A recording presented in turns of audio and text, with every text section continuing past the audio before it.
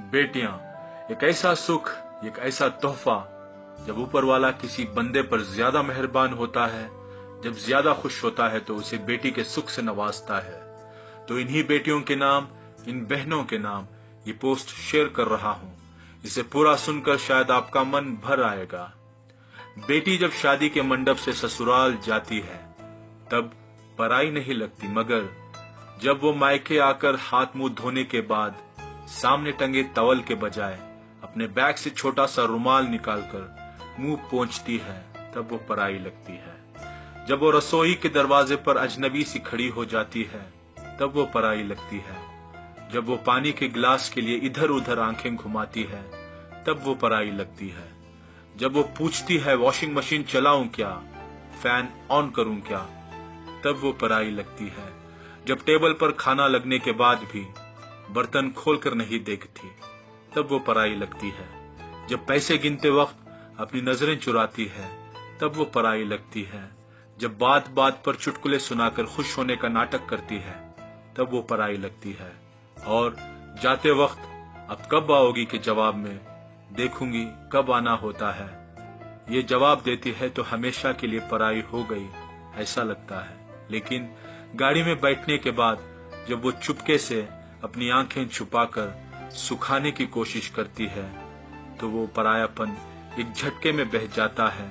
नहीं चाहिए हिस्सा भैया, नहीं चाहिए हिस्सा भैया, मेरे मायके को सजाए रखना। कुछ ना देना मुझको भैया, बस प्यार बनाए रखना। बाबा के इस घर में मेरी याद बसाए रखना। बच्चों के मन में मेरा मान बनाए रखना। बेटी हूँ सदा इस घर की, ये सम्मान सजाए रखना। और जब बेटी माँ का लिबास पहनती है, जब बेटी से वो माँ बन जाती है, बेटी से माँ का सफर, बेफिक्री से फिक्र का सफर, रोने से चुप कराने का सफर, शरारत से संजीदगी का सफर। पहले जो आंचल में छुप जाया करती थी आज किसी को आंचल में छुपा लेती है। पहले जो उंगली पे गरम लगने से घर को सर पे उठाया करती थी आज हाथ जल जाने पर भी खाना बनाया करती है।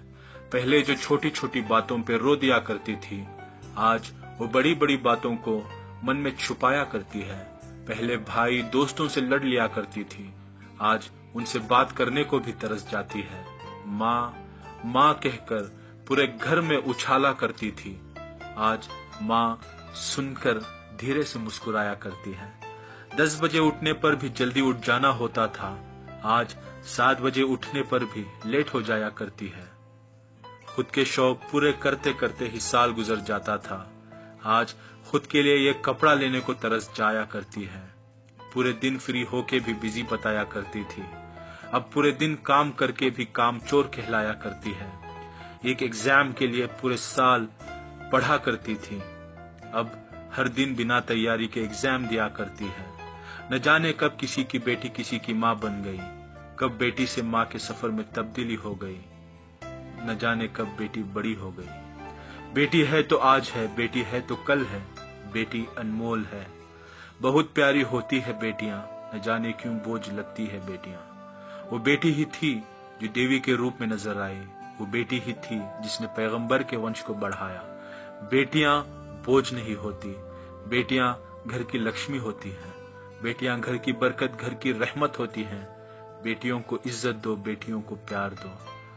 सुनने के लिए शुक्रिया। अगर पोस्ट अच्छी लगे, पोस्ट पसंद आए तो इसे शेयर करें और हर बेटी तक पहुंचाएं, हर बाप तक पहुंचाएं, हर माँ तक पहुंचाएं, हर भाई तक पहुंचाएं।